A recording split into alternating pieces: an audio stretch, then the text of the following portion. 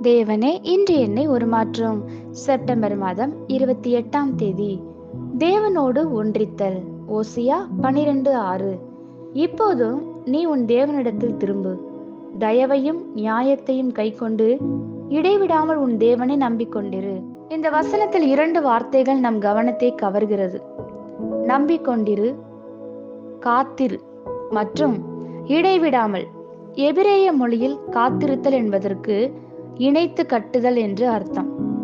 2 பொருட்களை எடுத்து இரண்டும் ஒன்றாக மாறும் அளவுக்கு சேர்த்து கட்டுதல். இடைவிடாமல் என்றால் இழுத்தல். காத்திருத்தலை குறித்து எவ்வளவு மேன்மையான வெளிப்பாடு! ஒரு சாதாரண ஜெப வேலையை தாண்டி கர்த்தருடன் இருத்தல். அவருடன் அதிக நேரம் இருந்து நேரத்தை குறித்த எண்ணம் மறைந்து கர்த்தருடன் ஒன்றாக இருக்கும் அனுபவமாகிறது.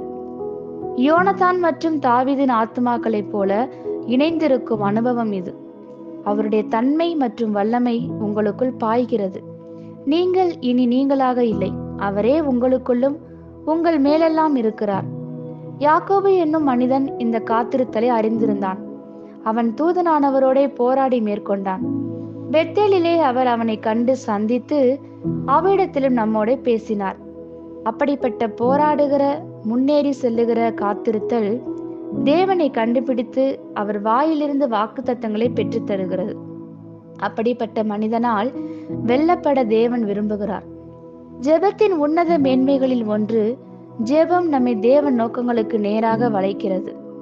நம் வாழ்வில் நொறுங்குதலை கொண்டு வருகிறது. தேவன் நம் ஜனங்களை தமது எதிர்பார்ப்புகளுக்கு ஏற்ப ஜெபத்திலே வணைந்து கொள்கிறார். ஜெப நேரம் என்பது பட்டறை கல்லிலே வைத்து நாம் வடிவமைக்கப்படுகிற நேரம். ஜெபம் தேவனது அடையாளத்தை நாம் நம்மேல் சுமக்க செய்கிறது.